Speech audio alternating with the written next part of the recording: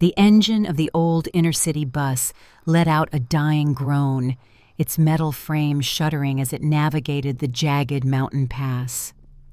Outside, the night was a void, swallowed by a fog so thick it looked like shreds of a white shroud clinging to the windows. Elara pressed her forehead against the cold glass. She was heading back to her ancestral home, Crescent Hollow, after receiving a cryptic telegram. "Your mother is fading. Come home before the moon sets." Suddenly, her phone buzzed. A message from an unknown sender lit up the dark cabin. "Survival rules for Crescent Hollow. Do not speak to the driver, even if he calls you by name. If the fog turns a sickly gray, cover your ears and close your eyes. Get off at the village gate. Run forward. Do not look back." Elara's heart skipped a beat. She glanced at the rearview mirror. The driver, a man who had been friendly when she boarded, was now staring at her. His eyes were wide, unblinking, and entirely devoid of pupils.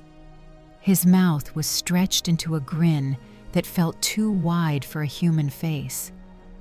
"Elara," he rasped, his voice sounding like dry leaves skittering over a gravestone. "Your mother is waiting for you, in the dirt." Elara gripped her bag until her knuckles turned white. She didn't say a word. The driver began to slam his fist against the plexiglass divider.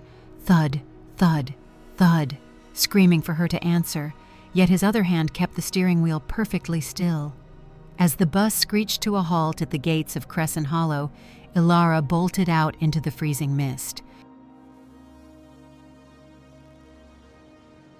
Crescent Hollow was a village frozen in time, famous for its tradition of crafting paper effigies for the dead.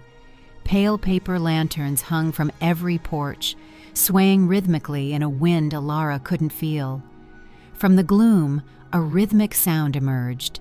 Clop, clop, clop. A tall, gaunt figure emerged from the fog, leading a massive black stallion.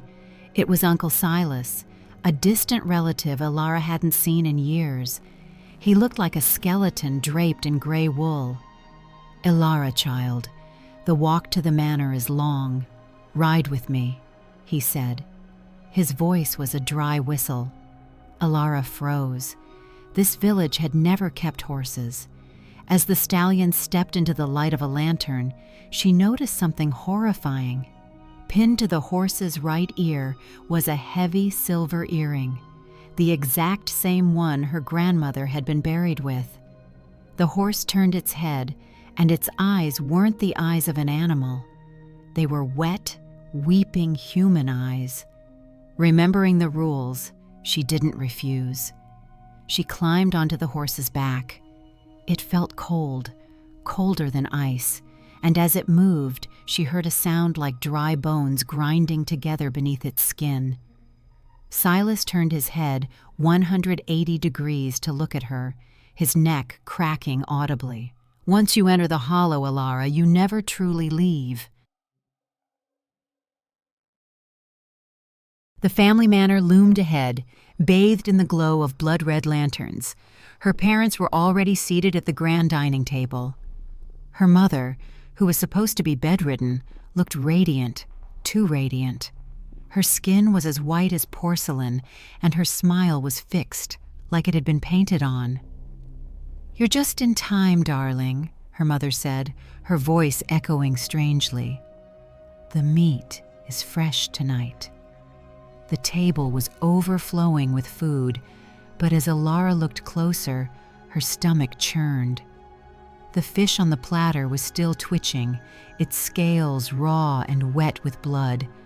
The poultry was unplucked, leaking red fluid onto the white china. Her father picked up a slab of raw, pulsating meat and began to tear into it. The sound of him chewing, crunch, squelch, crunch, filled the silent room. "Why aren't you eating, Elara?" her father asked, blood staining his chin. "Don't you love your mother's cooking?" Elara purposely dropped her fork and leaned down to pick it up. Her breath hitched. Under the table, her parents weren't wearing normal shoes. They were wearing black paper slippers, the kind burnt at funerals to clothe the dead. Their ankles were wrapped in yellow funeral talismans, and their feet weren't touching the floor. They were hovering inches above the wood. Elara excused herself, claiming exhaustion, and locked herself in her old bedroom. Her phone had no signal, yet a new message appeared. If you hear a voice from the hallway, do not answer. It is not your mother. If the lights turn red, hold your breath and hide under the bed. Do not look through the keyhole. Outside, the floorboards groaned. Step, drag, step, drag. Elara, let me in, sweetheart. I brought you some milk. It was her mother's voice, but it was accompanied by a wet, heavy breathing, like a predator stalking its prey. The gentle knocking soon turned into a frantic scratching, the sound of sharp nails digging into wood. Scritch, scratch, scritch. The lantern in her room suddenly flared into a deep, pulsating crimson. Elara dived under the bed, pressing her hands over her mouth. The air grew thick with the smell of burning paper and rotting earth. Through the gap under the bed, she saw a pair of pale, bloodless feet in paper slippers stop right in front of her door. She heard her father's voice whisper from the other side of the wall, so close it felt like he was standing right behind her. She's in there. I can smell her life. I want it. The clock ticked. Every second was an eternity. She stayed under the bed, frozen, as shadows danced across the floor. Finally, the distant crow of a rooster broke the silence. The first rays of dawn pierced the room. When Elara finally dared to emerge, the house was deathly silent. The dining room was empty, save for piles of ash and mounds of black dirt on the chairs. Her parents were gone. All that remained were 2 pairs of tattered paper shoes abandoned on the floor. Elara ran. She ran out of Crescent Hollow and never looked back, knowing that the people she saw that night weren't her parents. They were empty vessels of paper and ink, waiting for a soul to call their own.